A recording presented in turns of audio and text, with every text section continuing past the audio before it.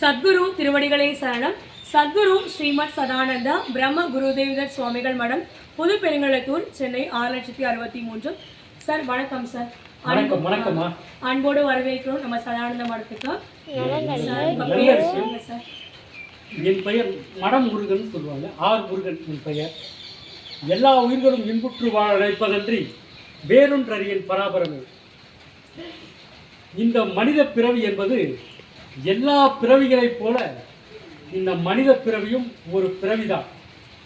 இந்த மனித பிறவி என்பது மற்ற உயிரினங்களைப் போல மேல் நோக்கியோ கீழ் நோக்கியோ கிடையாது, சமமானதே தவிர வேறொன்றும் இல்லை. இதுவே இந்த பிரபஞ்ச தத்துவத்தினுடைய உண்மையான விளக்கம். இதை அனைவரும் உணர வேண்டும். எல்லா உயிர்களைப் போல தான் இந்த மனித பிறவி எடுத்த பிறவியும் ஒன்று. இந்த பிறவி எடுத்ததனுடைய பயன் யாம் பெற்ற இன்பம் இவ்வையகம் என்ற அடிப்படையில் எனக்கு திருமணம் நடந்து 30 ஆண்டுகள் ஆகிறது. நான் சிறு வயதில் இந்த ஆசிரமத்திற்குள் வந்தேன்.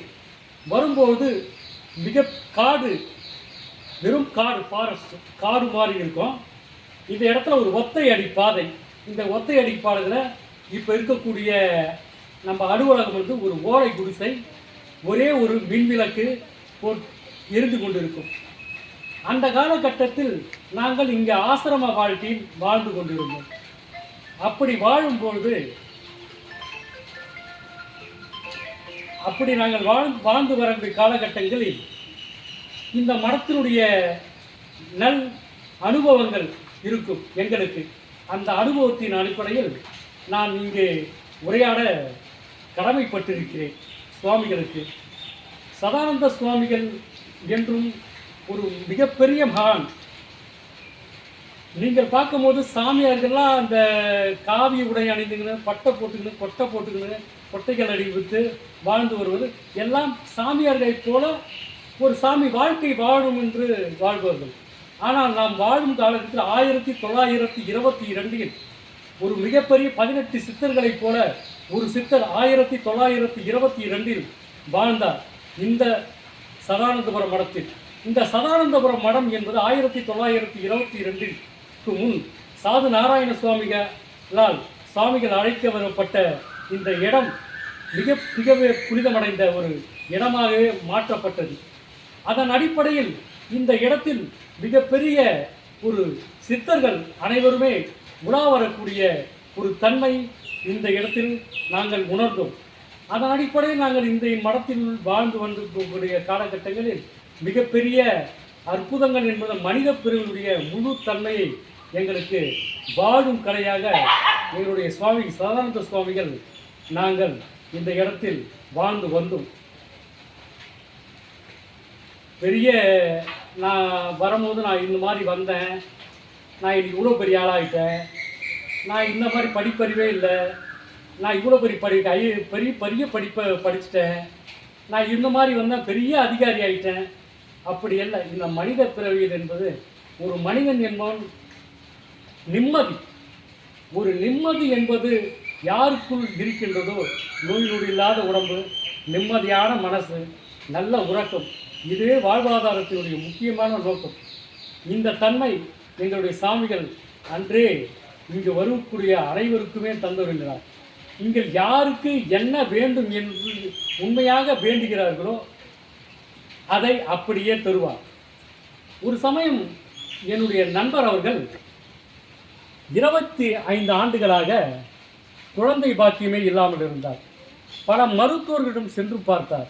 ஆனால் அவருக்கு குழந்தை பாக்கியம் இல்லை என்று சொன்னார். ஒரு முறை என்னான்னு கேட்கும்போது, நீங்கள் சதானந்த சுவாமிகள் ஆசிரமத்துக்கு ஒரு தடவை போங்க, சாமியினுடைய அந்த சித்தத்தன்மையினுடைய மகிமை, அதாவது சயின்ஸுக்கு அப்பாற்பட்டது, நீங்கள் சொல்லக்கூடிய இந்த அறிவியல், இந்த ஜோதிடம், இதற்கெல்லாம் அப்பாற்பட்ட சக்திகள் தான் சித்தர்கள். நீங்கள் நம்பிக்கையோடு போங்கள், உங்களுக்கு கண்டிப்பாக அந்த பாக்கியம் கிடைக்கும் என்று கூறினேன். இங்கே வந்தார். 25 ஆண்டுகளுக்கு அப்புறம் அவருக்கு குழந்தை பிறந்தது. அதுமாரி ஒரு சகோதரி என்னிடம் கேட்டார். 15 ஆண்டுகளுக்கு அப்புறம் அவங்கள அழைச்சி வந்தோம். அவங்களுக்கு குழந்தை பிறந்தவங்களாம் இன்றைக்கி குழந்தை குட்டிகளோட நல்லா இருக்கிறாங்க, எல்லாமே வளர்ந்துட்டாங்க. அதுமாரி குடப்பாக்கத்தில் ஒரு சகோதரர் வந்தார். எங்களுக்கு குழந்தை பாக்கியம் இல்லைன்னாங்க. நீங்கள் மடத்துக்கு போங்க, எதுவுமே பண்ண தேவையில்லை, எந்த நீங்கள் அபிஷேகம் அப்படிலாம் இல்லை, நீங்கள் மனசார நினச்சிங்கன்னா உங்களுக்கு கிடைக்கணும் அவங்களுக்கும் நல்ல குழந்தை பாக்கியம், மனநிறைவோடு வாழ்கிறாங்க. மனித பிறவியை நம்ம மனை நிறைவோடு வாழணும். அந்த மனை நிறைவோடு கிடைக்கக்கூடிய ஒரு உண்மையான இடம்தான். நீங்கள் என்ன கேட்குறீங்களோ அது கண்டிப்பாக நீங்கள் உண்மையாக அதை நீங்கள் வேண்டுதலோடு கேட்டிங்கன்னா, அதாவது கல்வி அறிவாக இருந்தாலும், உங்களுக்கு வேலை வாய்ப்புகளாக இருந்தாலும், குழந்தை பாக்கியமாக இருந்தாலும், திருமண பாக்கியமாக இருந்தாலும், வருமானம் பொருளாதார ரீதியாக நீங்கள் எந்த நிலைக்கு உயர்வான நிலைக்கு என்ன கேட்குறீங்களோ அவங்கள தாயுள்ளம் கொண்டவர்.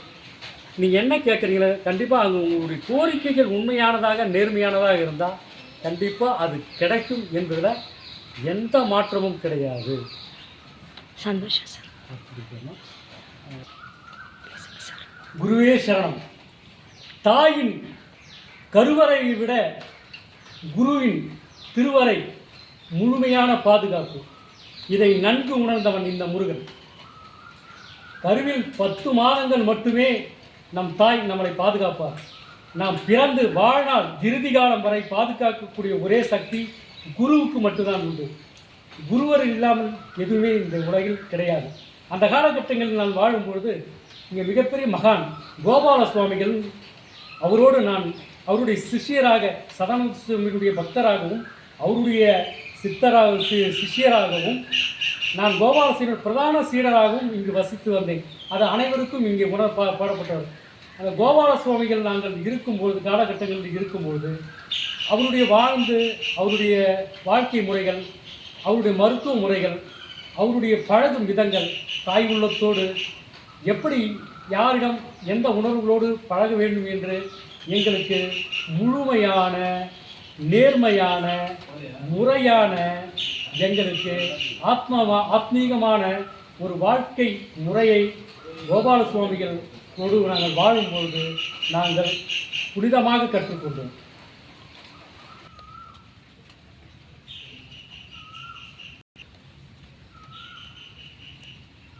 அன்பே சிவம். கோபால சுவாமிகள் பிரம்மஸ்ரீ ஐயா கோபால சுவாமிகளோடு வாழ்ந்து பயணிக்கக்கூடிய பெரும் பாக்கியத்தை பெற்றவர்களில் நானும் ஒருவன்.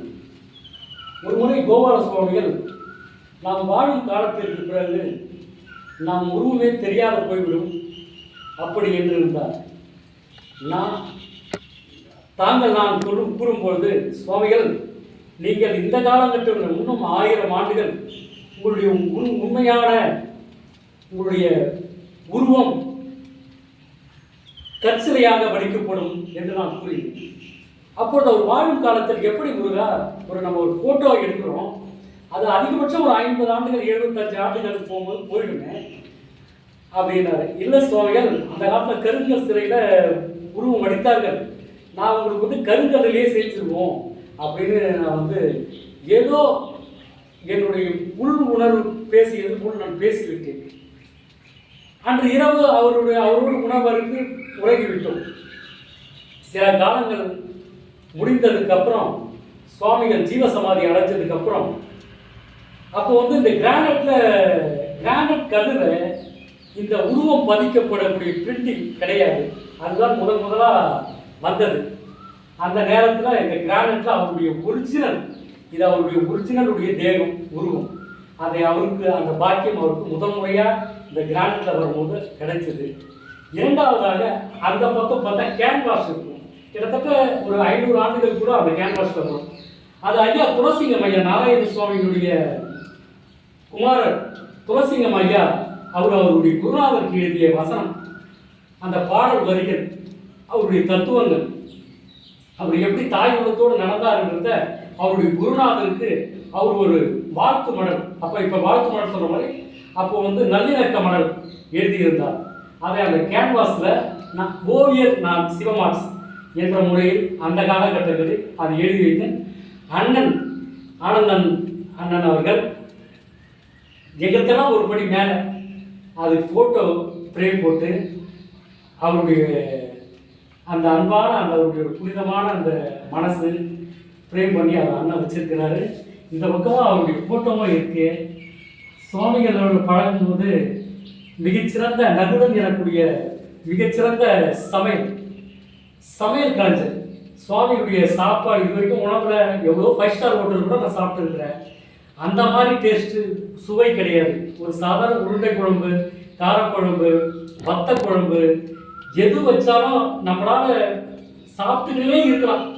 நம்மளே மனசுல ஐயோ நம்ம நிறைய சாப்பிட்றோம், வேண்டாம் நம்ம ஒதுக்கணும், என்னை பார்த்து அவங்க தப்பாக நினைக்க போகிறாங்கன்னு நினச்சா தான் அதை ஒதுக்க முடியும். அவருடைய சாப்பாடு நிறைவே அடையாது. அவ்வளோ ஒரு சுவையான ஒரு உணவு கொடுப்பார். பேசும்பொழுது எல்லார்கிட்டையும் தாய் உள்ளத்தோடு பேசினவர். அவருடன் வாழ்ந்த காலங்கள் என்பது நாங்கள் இந்த ஆசிரமத்தில் சொர்க்கத்தில் வசித்த மாதிரி நாங்கள் வாழ்ந்தோம். சொர்க்கம் தான். சொர்க்கத்துக்கு இறந்ததுக்கு அப்புறம் தான் சொர்க்கத்துக்கு போனாங்களா, வாழ்ந்த காலத்துலேயும் நாங்கள் சொர்க்கத்தில் வாழ்ந்துட்டோம். அதுதான் முழு மனநிறைவோட. இந்த மடம் முருகன் சொல்லுவாங்க அந்த காலத்தில். எனக்கு திருமணம் ஆகல, மடம் முருகன் தான் கூப்பிடுவாங்க. இப்போ என் பேர் ஆர் முருகன். அதனால் நான் அந்த சொர்க்கத்தினுடைய தன்மையில் சுவாமிகளோட வாழக்கூடிய பாக்கியம் எல்லாமே எங்களுக்கு கிடைச்சிது.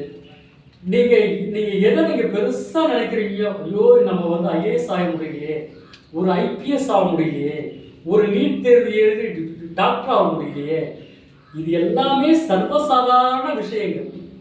நீங்கள் உண்மையாக நீங்கள் இதுதான் வேணும்னு நீங்கள் மனதார நினச்சிங்கன்னா நீங்கள் கலெக்டர் ஆகலாம், ஐபிஎஸ் அதிகாரி ஆகலாம். நீங்கள் நினச்சி பார்க்க முடியாத அரசியலில் பல வேதைகள் இங்கே வணங்கினவங்க தான். அரசியல் நீங்கள் பார்க்குற இங்கே எம்எல்ஏ, எம்பி, மாவட்ட செயலாளர்கள்லாம் இந்த ஆசிரமத்தில் ஒரு 20 வருஷத்துக்கு முன்னாடி சாதாரணமாக சாதாரண நிலையில் சாமிகளை வணங்கிட்டு சாதாரணமாக போனவங்க தான். இன்றைக்கி எல்லாமே எம்எல்ஏ, எம்பி, மினிஸ்டர்லாம் ஆகிட்டாங்க. இன்னமும் இந்த ஆசிரமத்துக்கு அவங்க உள்ள வெளியே எப்படி இருக்கிறாங்களோ அந்த ஆசிரமத்துக்கு உள்ளே வரும்பொழுது எல்லோருமே ஒரு பெரிய பக்தராக தான் நினச்சி வருவாங்க. எல்லாருமே இங்கே எல்லாமே சமம் தான். இங்கே பெரியவங்க அப்படிலாம் இல்லை. ஆனந்தண்ணன் என்பது இங்கே எல்லோருமே சமமான நிலையில் தான் எல்லாரையும் பார்ப்பாரு. ஆனால் அவர் எவ்வளோ சேவைகள் செய்கிறாரு. இந்த இடத்துல ஒரு ஓலக்கொட்டையாக இருந்தது, காடாக இருந்தது, ஒரு வளர்ச்சியே இல்லாத காலகட்டங்கள். ஆனந்தண்ணன் அவருடைய வாழ்க்கை உடல் பொருள் ஆவின்னு சொல்லுவாங்க. இன்னும் எனக்கு தான் தெரியும், எங்கள் கூட வாழ்கிறவங்களுக்கு தான் தெரியும், வாழ்ந்தவங்களுக்கு தான் தெரியும். அந்த காலகட்டங்கள் இந்த காலகட்டங்கள் வரைக்கும் அவர் எல்லாத்தையும் அர்ப்பணித்து இந்த ஆசிரமத்தில் ஒவ்வொரு செடி கொடிகளை கூட நேசிக்கிறாரு. ஒரு செடி கொடிகளுடைய மலர்கிட்ட தான் ஆனந்தம் பேசுகிறாரு. அவ்வளோ ஒரு புனிதராக இருக்கிறாரு. ஆனால் வெளியே பேண்ட் சட்டை போட்ட ஒரு துறவி யாருன்னா எனக்கு தெரிஞ்சு, நான் ஏன்னா சாமியார்கள் கூடவே பழகிட்டு இருக்கிறவங்க, ஒரு உண்மையான துறவி யாருன்னு கேட்டிங்கன்னா ஆனந்தனுடைய அந்த நற்பண்புகள், உண்மையான அர்ப்பணிப்பு இன்றைக்கி வரைக்கும் இருக்கிறாரு. இன்றைக்கி கூட உட்காந்து ஏதோ ஒரு வேலையை பார்த்துட்டு இருக்கிறார். ஒரு இடத்துல பெயிண்ட் அடிச்சுட்டு இருப்பார், ஒரு இடத்துல ஏதோ ஒரு வேலையை பார்த்துட்டு இந்த ஆசிரமத்தில் வரவங்களுக்கு ஒரு தாய் உள்ளத்தோட பரிசுத்தமாக எங்களுக்கு தான் வாழ்ந்தவங்களுக்கு தான் தெரியும். ரொம்ப பரிசுத்தமாக அவர் அவருடைய கற்ற கலை கோபாலசாமி கூட இருந்ததுனால அவருடைய முழு பண்பு ஆனந்தம் இருக்குது. அவர்கிட்ட இருந்த அந்த கோபாலசாமி நாங்கள் எத்தனை பேர் இருந்தோம். அது எல்லாம் இன்னைக்கு வடமாதுரையில் கூட ஒரு பெரிய ஆசிரமம் இருக்கு. அந்த இருந்தக்கூடிய சித்தர், நீங்கள் எல்லாம் அங்கே வளர்கிறாங்க, அந்த சித்தர்கள் கூட இங்கே இருந்தவங்க தான். இந்த இடத்துல கோபாலசாமிகளோட இருந்தவங்க தான். நாங்கள் அவங்களெல்லாம் பார்த்துக்கிறோம், அவங்களோட இருந்திருக்கிறோம். இந்த தன்மைகள் எல்லாமே நீங்கள் எல்லாம் நல்லா இருக்கணும். வாழும் காலத்தில் பிறப்பு ஒரு தடவை தான். ஒரு தடவை பிறந்துட்டா ஒரு தடவை இறந்துருவாங்க. அதை நிறுத்த எந்த சக்தியாலையும் முடியாது. அந்த பிறப்பில் நிம்மதியாக, சந்தோஷமாக, மகிழ்ச்சியாக, ஆனந்தமாக நீங்கள் வாழுங்க. அப்படி நோய் நொடி இல்லாமல் வாழுங்க, மகிழ்ச்சியாக இருங்க, எல்லாத்துக்கும் திருப்தி அடைங்க, நீங்கள் நிம்மதியாக இருங்க, நாங்கள் பார்த்துக்குறோம் அப்படின்னு தான் சதானந்த சுவாமி சொல்லுவார். நீங்கள் முழுமையாக நம்பினீங்கன்னா சதானந்த சுவாமிகள் உங்கள் முன்னாடி நிற்பார். ஆனால் அதுக்கு நீங்கள் முழுமையாக நம்பிக்கை, ஒரு உண்மையான நம்பிக்கை, ஒரு தாய் மீது எந்த அளவுக்கு நமக்கு நம்பிக்கை இருக்குமோ அந்த நம்பிக்கை வச்சுருந்தீங்கன்னா சதானந்த சுவாமிகள் உங்கள் கண்ணு முன்னாடி இருப்பார். உங்களுடைய வாழ்நாள் முழுவதும் வாழ்வார். ஒரு கால் வடலூர் காமலிங்க வளரார், அருப்பிரகாச வளரார், ஒளிவேகம் அடைந்தவர். இந்த ஞானம் முதலிய கல்விகளை, யோகம் முதலிய கல்விகளை சாதாரண இந்த மனித பிறவிகளால் அனுபவிக்க முடியாது. இந்த சாதாரண மனித பிறவி எடுத்து அது முழு அர்ப்பணிப்போடு நீங்கள் உள்வாங்கி அதற்காகவே உங்களை உண்மையாக உள்ளுக்குள்ள நீங்கள் தியாகம் பண்ணீங்கன்னா அருட்பெருஞ்சோதி ஆண்டவர் உங்களுக்கு வெளிப்படுவார். இது எல்லாருக்கும் கிடைக்காது. காணாமல் அறிந்தவர்கள் கோடாகோடி, காரணத்தை அறிந்தவர்கள் கோடாகோடி, வீணாக புலம்பினால் அறிய போகுமோ, வாய்க்கான பேசுவது கேதுக்காகும். கோணாமல் சுழிமுனையில் மனதை வைத்து குருபாதம் இருந்தாலும் நாளை சேர்த்து நானாமல் இருக்கும் பொழுது அந்த 4 8 ஒன்றாகும் நாட்டியதே என்றார். அந்த மாதிரி நம்ம உண்மையாக பல கோடி பேர் மனித வாழ்க்கையில் வாழ்ந்தாலும் யாரோ ஒருவர் இந்த தவ வாழ்க்கையில் ஆயிரக்கணக்கான பேர் வருவாங்க. அதில் ஒருவருக்கு கண்டிப்பாக உண்மையாக இருந்தால் அந்த தவத்தன்மை மரணங்களா பெருவாழும். அது வந்து நம்ம சொன்னாலும் அது என்னன்னு ஒரு விலைக்கு கேட்பாங்க. அது எதிர்மறையான எண்ணங்கள் தான் தோணும். ஏன்னா இன்றைக்கு இருக்கக்கூடிய வாழ்க்கை முறைகள் வேறு, அவங்களுடைய வாழ்க்கை முறைகள் வேறு. அவங்களுடைய ஆராய்ச்சி பண்ணக்கூடாது. நம்ம எப்படி நதி எங்கே உருவாகும் நம்ம ஆராய்ச்சி பண்ண முடியுதோ, சித்தர்கள் எப்படி ஆகிறாங்க யாராலையுமே ஆராய்ச்சி பண்ண முடியாது. அது சயின்ஸாலேயும் முடியாது. அது தன்மையில் உணர்ந்தவர்களுக்கு மட்டுமே அது உண்மையாக வெளிப்படும். மற்றவர்களாம் மணந்திருக்கிறதுக்கு எங்களை மாதிரி எல்லாருக்கும் மணந்திருக்கக்கூடிய பெரும் பாக்கியம் எங்களுக்கு கிடைச்சது. அதுவே இந்த பிறருடைய பெரும் பாக்கியமாக நாங்கள் நினைக்கிறோம். இந்த வாழ்க்கை பயணம் எப்படி போகுது எப்படி வருதுன்னு தெரியாது. ஆனால் எங்களுக்கெல்லாம் ஒரே நம்பிக்கை, சதானந்த சுவாமி இருக்கிறார், நம்ம கூட உயிரோட்டமாக இருக்கிறாரு. நான் கொஞ்ச நேரம் ஒரு மூச்சு அடக்கி ஒரு 10 நிமிஷம் நம்மளால் இருக்க முடியும். அப்போ எப்படி நம்ம இந்த உடம்பு இந்த உயிர் நம்ம சொல்கிறோம்? மூச்சு நம்மளால் 10 நிமிஷம் கூட அடக்கி ஒரு மூக்கை பிடிச்சி வாய் பிடிச்சி இருக்க முடியாது. அப்போ யார் இயக்கிறது?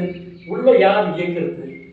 உள்ள ஓடி ஓடி ஓடி ஓடி உட்கலந்த ஜோதியை நாடி நாடி நாட்களும் கழிந்து போய் வாடி வாடி மாண்டு போன மாந்தக்கால் கோடி கோடி என்கிறந்த கோடி என்றாங்க. எல்லாருமே யார் இயக்கிறது? ஆனால் நம்ம ஒரு பேர் வச்சுக்கிறோம். நம்மளுக்கு ஒரு பேரை வச்சுக்கிட்டு நம்ம தான் இது, நான் வீடு கட்டுறேன், நான் வாசல் கட்டுறேன், நான் கப்பல் வாங்க போகிறேன், நான் ஏரோஃப்ளைன் வாங்க போகிறேன். இப்படி சாதாரண விஷயங்கள்லாம் மனித வாழ்க்கை ஆசைகளை போகுது. எப்போ புத்தர் சொல்கிற மாதிரி ஆசைகள் ஒன்று இல்லையோ, ஆசை இருக்கணும். நியாயமான ஆசைகள் இருந்தால் அது நியாயம். நிறைவேறாத ஆசைகள்னு ஒன்று கிடையவே கிடையாது. நம்ம எதை நினச்சாலும் அதை அடைஞ்சிடலாம். ஆனால் ஆசைகள் வந்து பேராசைகளாக இருக்கும்பொழுது நமது காரணகாரிய அறிவுகளால் கர்ம விடைகளால் பாதிக்கப்பட்டு பல கர்ம சூழ்நிலைகளால் அவதிப்படுவாங்க. அதை விடுத்து ஓம் சிவசிவான்னு சொல்லிட்டு நம்ம நடந்து அடுத்ததாக சுவாமி நாராயண சுவாமிகள் அவருடைய மகன் துளசிங்கம் ஐயா அவருடைய சமாதிக்கு போகலாம் வாங்க.